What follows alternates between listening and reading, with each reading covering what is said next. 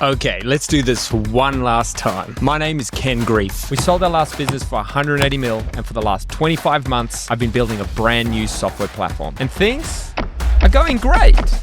But even with the chaos, I've still found time to create content week in and week out. And in this vlog, I'm going to show you how a founder at max output can still create solid content. So I'm going to take you through another month behind the scenes, the highs and the lows, and what it really takes to build a software business the second time.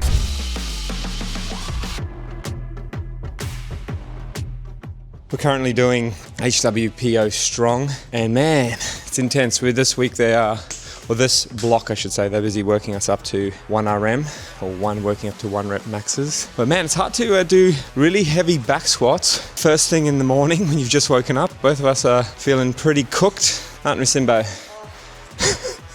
Mondays the worst. Mondays are the worst. Just trying to struggle through it, as they say. So we're just hitting Bulgarian split squats. They are actually Sim's favorite movement.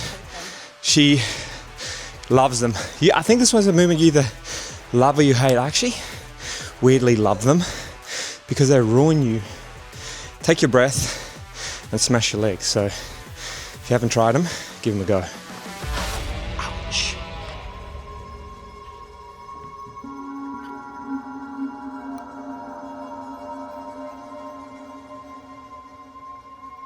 Check this out. How cool is this? We're just sitting here, just in the fog.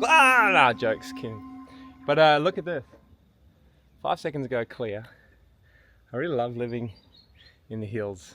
This week was a big week for us as a family because Bodhi actually started school. It's a big change in routine, so it meant like a lot of stress, making sure we got to the gym a bit earlier, finishing earlier, and then rushing to drop him off at school. He's actually really taken it like an absolute champ and really enjoying the experience. He's gonna be cooked this weekend, so we've had to have a little bit more patience, understanding that he is doing some, 5 big days in a row. So that's been one of the major things happening. At the same time, we've got Agape absolutely motoring along, a whole bunch of trades, and even after our meeting this week, it's like there could be more. So there's more people coming in, lots of decisions. So we're getting into the nitty gritty. And the funny thing about building is you think you spent a lot of money until this stage, but then you get into the finishes. And man, oh man, it gets expensive real fast. I like to do things once and do it right. It's a trait that could be a blessing and a curse, but it costs a lot more money. And that is obviously a point of stress, especially when you're starting a new business. We're building 2 at the same time. So we're building Clipflow, the software platform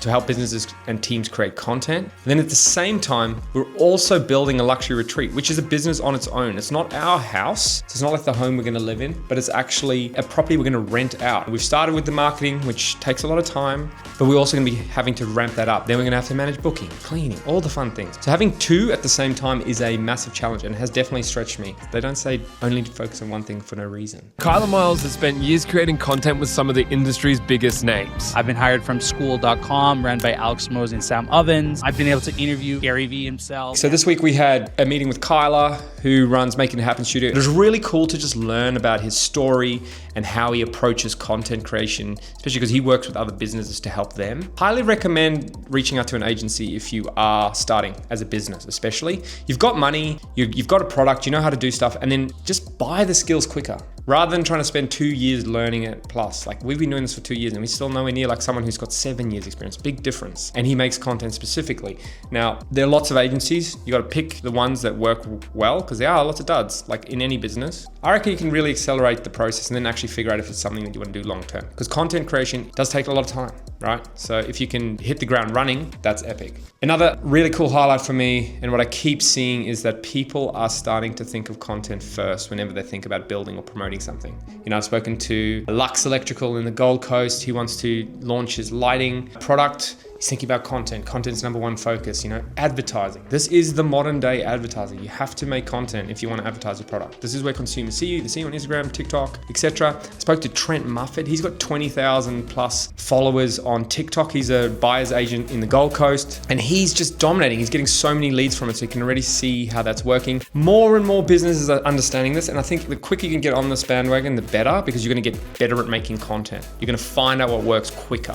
If you wait, it could be too late. great, and everyone else is going to be heads and shoulders above you. So think about that. But it is really, it's exciting for us because we believe that we are building the tool to help power these teams so they can actually just make the content and run the business and not have to worry about all the processes and like setting up a new system and all that. Just it happens. So one of the best compliments was, it's like Trello on steroids. Yes, that's exactly what it is, but it's got so much built in. So it makes the process and making content so easy. Anyway, talk about what you've done. Don't try and fabricate stories or try and think of angles. Just talk about what you're doing. I think it's the easiest way to make content as a business, especially if people can actually see what you're about, who you are, get to like you, build trust, and then actually end up ultimately buying from you. So lots of lessons. Sick month, February. The year's almost over. Let's go. They're going to get the same thing. That's what they subscribe for. Yeah, boy. That's like the version of Theo working in there. Hey, let's go. All right, so I am just in today chatting with Zach. We're busy planning our content. This is we make content as a business so that we can actually spend time, working on the product as well as creating a lot of content. So we block out a couple of hours, and really it's only a couple of hours because we just really spend a lot of time jamming and having chats. You could probably do this in half an hour, 45 minutes if you didn't like the other person. But this is how we do it, and this is behind the scenes. So today we're just actually reviewing some of the long form content, making some changes, and then filling in the pieces that are missed so that we can go and re-record them. This is how we do it. Flip the screen around. Boom. Watching myself, leaving comments on the latest vlog. It honestly couldn't be any easier, right? The team working away, crushing on this, and I just get to come in, leave some feedback, and jump out. Away we go. And then we're also going to go through and write our LinkedIn posts, which then become Instagram posts and kind of inform what else we're doing. So we're going to jump into that right now.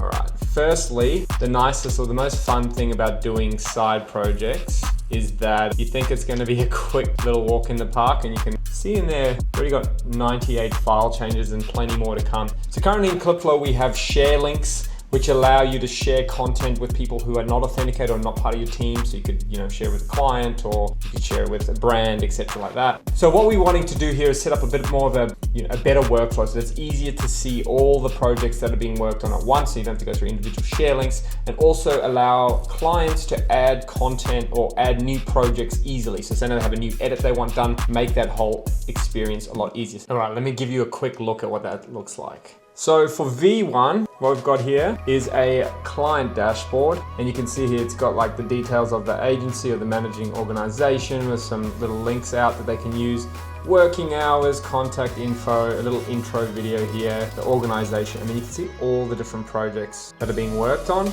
and then you can create a new one here. But the coolest thing about this is when you click in, you now have access to all the content that's being shared explicitly. So this is not everything in the projects. If you're working on different versions and stuff that you don't want the client to see, they won't see it. This is stuff that you've actually shared using a share link, but we now aggregate it all, so it makes it way easier to find. But from here, you can also see, if we jump in, hopefully the media files works. Here we go.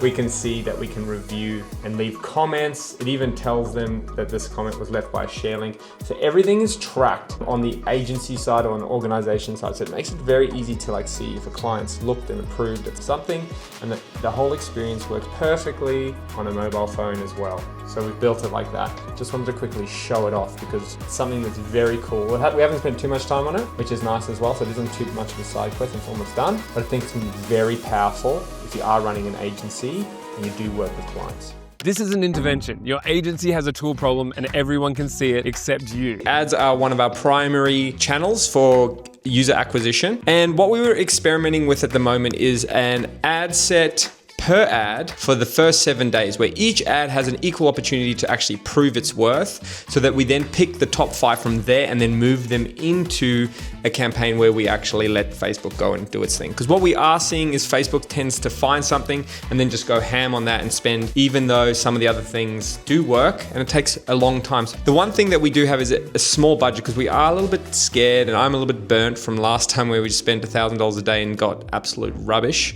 So this time we're being way more careful.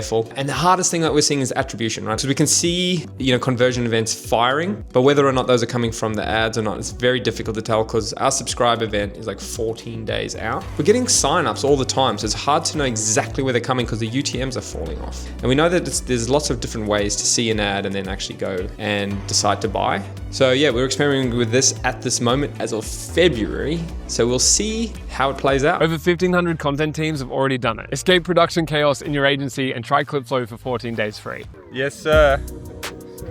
Excuse the terrible lighting, but we are awake going for our Thursday ritual walk. I'm going with my dad. A lot of good strategies come out of these sessions. Just, having a nice long walk around the area. It's very refreshing, and it's nice to not be under some barbells for a change. It's been a big month. It's been a hard month so far, but I watched a video yesterday from Adam Solo, who runs Cunny's Gummies, which is epic, and he's just such a character. But the video was awesome because he was like, sad music. Oh guys, I never thought I'd say this today, but business was really hard. And then he just breaks out and he goes, of course it's hard. It's supposed to be hard. That's what you signed up for. And it's actually really funny because you start feeling sorry for yourself. Man, it's true. You signed up for this, but it's really good. And the nice thing is, at the moment, like I woke up this morning and there was like 14 new sign-ups, which is really cool, which means our ads are working. And funnily enough, agencies, so the gut feeling that we've had all along and the one we've been trying to avoid, funnily enough, is agencies. And they are killing it. They're just signing up because Zach's made some really, really cool, Zach and the team actually have been building some really awesome ads around that.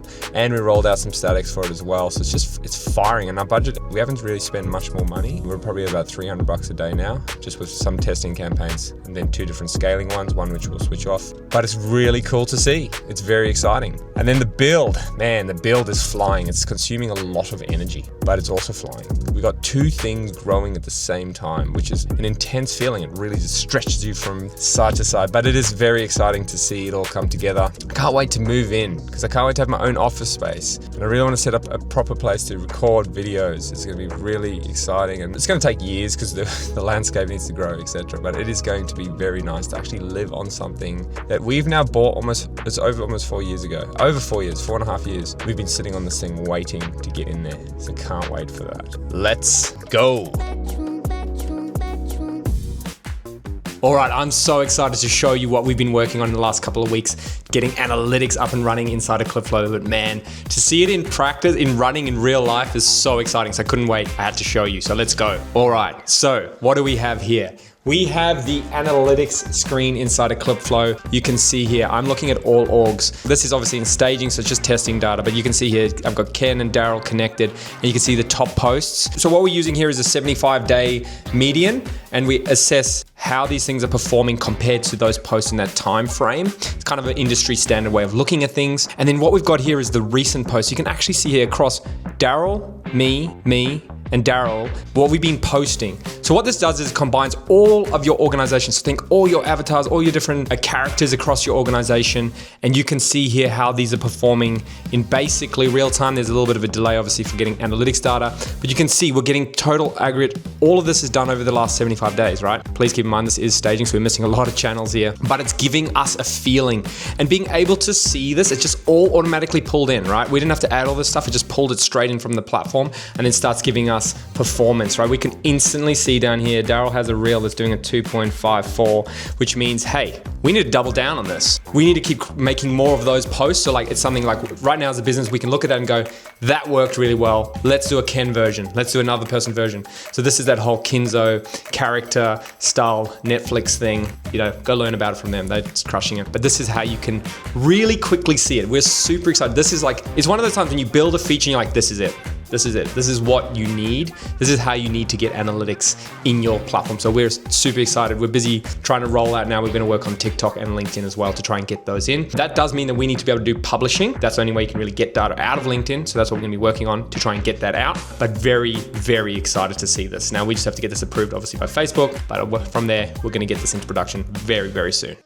So yeah, I just wanted to jump on and just talk about how crazy business is. Even if you've built a business and sold it and seen massive success, I think you can still just get imposter syndrome constantly and think your product's not good enough. So Daryl and I, we started this year kicking, like knowing that we're going to come into a massive bumper year and this is the year to prove it. We need to find a consistent way of collecting new customers and getting them to actually put down their cards. Now, Zach and the team, the content team, so Zach Silas Goose, have been absolutely crushing ads, right? The new ads coming out make me so pumped because they're actually that good and I'm so excited to see them. And the thing is, no one in SaaS really makes ads like this because they're not based in content, right? So we have a little bit of an unfair advantage there, I think, and Zach is very creative when it comes to that. So the ads are going out out and they're starting to pump. We're starting to see them trickle in, seeing ads actually starting to bring customers in and good ones. But I wanted to talk about this roller coaster because the roller coaster is you feel pretty crap and you think the business is wrong. Like we know the product's sick. Like we know that. We use it every single day and we can see how powerful it is. Like we've been having some meetings with some really good customers and they love the product. They love it. I asked the other day, someone had built a really awesome setup. They said,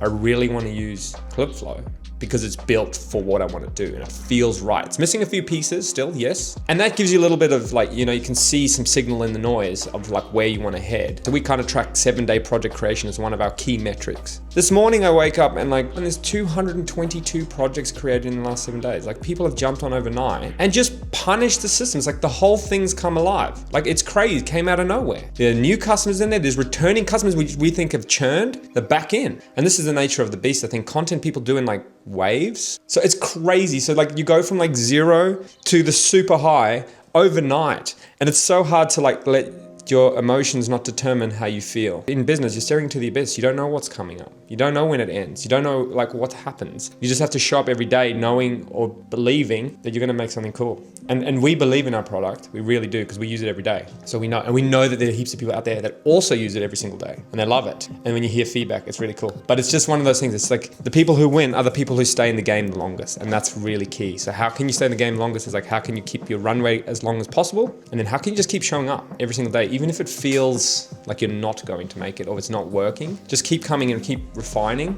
and just, it's going to happen again. It's going to keep happening. And sometimes I think, oh, what is it going to look like in 2-3 years when, you know, we're up and running? We're always going to have this thing. We're always going to have someone chasing us in the back. AI is going to replace you overnight. All these kind of things. People are going to build the tools. And, you know, it's a lot of hype and it creates a lot of fear and all that kind of stuff. But in the end of the day, it's like, if you keep building, we've got the same tools. We can do the same thing. We can just move faster. And Darryl and I have learned a lot of lessons over the years. So when we start dealing with customers, we know what to build and what not to build. Whereas anyone that can just throw anything at a wall and just build anything, it's not a good thing. So yeah, it's a crazy feeling. I just want to document the high today because we've had quite a few lows, but the lows for us always just push us to work harder. So it's crazy to see it.